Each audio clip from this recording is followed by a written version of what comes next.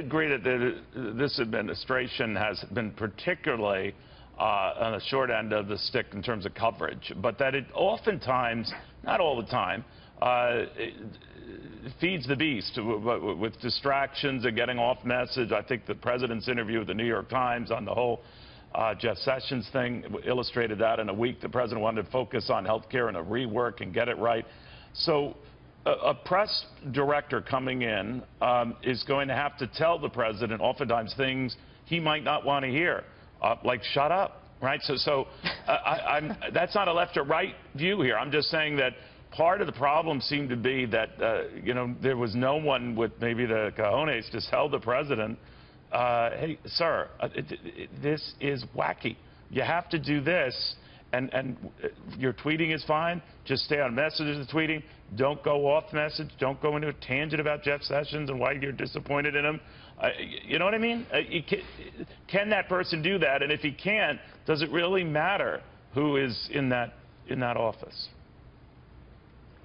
I think in the media bubble, Neil, we tend to sort of see things differently than maybe the American people are perceiving them sometimes. This has been a tremendously successful presidency. In the first 6 months, you look at the changes in the stock market and illegal immigration, the jobs count. I mean, we could go on all day with a list of massive accumplments of this presidency in a short 6 months. But I think that but Gina, you just illustrated my point. You're right. Those are successful points then. If you want to argue that, then the president stepping on those headlines by talking about Jeff Sessions or talking about he hurts his own message. You need a press person or a communications person who's going to say, stay on the message because the media is going to pounce all the negative stuff. Don't you add to it.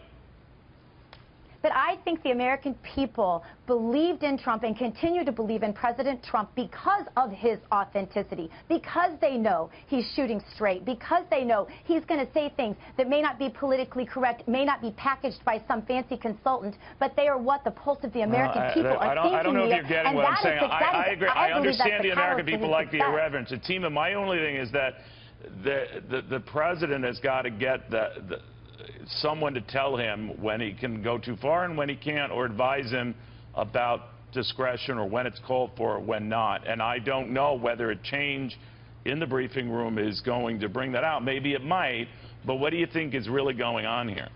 I mean, I agree with you, Neil, in that, if I was a lawyer or I was a press guy for Trump right now, I'd be like, dude, what you doing? Because it's sort of like... Now, that would be an interesting briefing right there. But, I mean, that would totally be an interesting briefing. And it's, I mean, we were supposed to originally come and talk about sort of some of the pre-pardon discussions that he asked with his lawyer and about what is possible for him legally. But now we're talking about, the press secretary being like, peace, I'm out.